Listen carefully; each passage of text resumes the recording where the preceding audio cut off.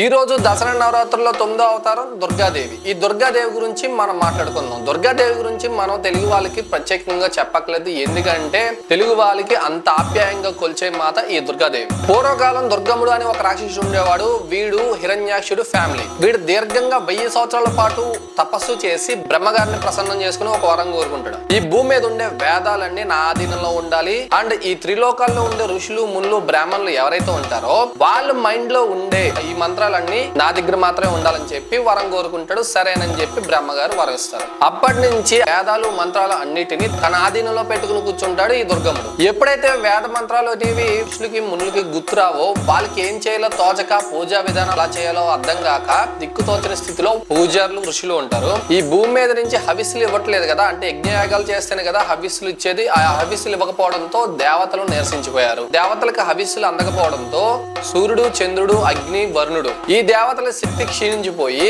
వాళ్ళు వర్షించడం మానేశారు. ఋతువులు ఏర్పడడం మానేసి ఇంకా భూమి మీద ఉన్న నదులు, సముద్రాలన్నీ ఇంకిపోయాయి అన్నమాట. భూమి మీద భయంకరమైన కరువు వచ్చింది. ప్రజలందరూ అల్లాడిపోతున్నారు. అప్పుడు కొంతమంది ఋషులు హిమాలయాలకు వెళ్లి అమ్మవారి కోసం ఉపవాస దీక్షలు చేపట్టారు. అప్పుడు అమ్మవారు శరీరం అంతా కన్నులతో నల్లటి రూపంతో మొత్తం బ్రహ్మాండం మొత్తం నిండిపోయి సహస్ర బాహువులు 1000 చేతులతో, కొన్ని చేతుల్లో ఆయుధాలు ఉంటే కొన్ని చేతుల్లో ఫలాలు, పుష్పాలు, పప్పులు, ధాన్యాలు ఇటువంటివన్నీ ఉన్నాయన్నమాట. ఇటువంటి రూపంతో అమ్మవారి దర్శనం అయితే ఇచ్చారు. అమ్మవారి కంటి నుంచి వర్షం దారలా కురిసింది. ఇక భూమి మీద ఉన్న నదులు అన్ని నిండిపోయాయి అన్నమాట. ప్రజలు ఆవిడ్ని బాగా స్తుతించారు. అమ్మవారు వాళ్ళకి పళ్ళు, ఫలాలను అయితే అందించింది.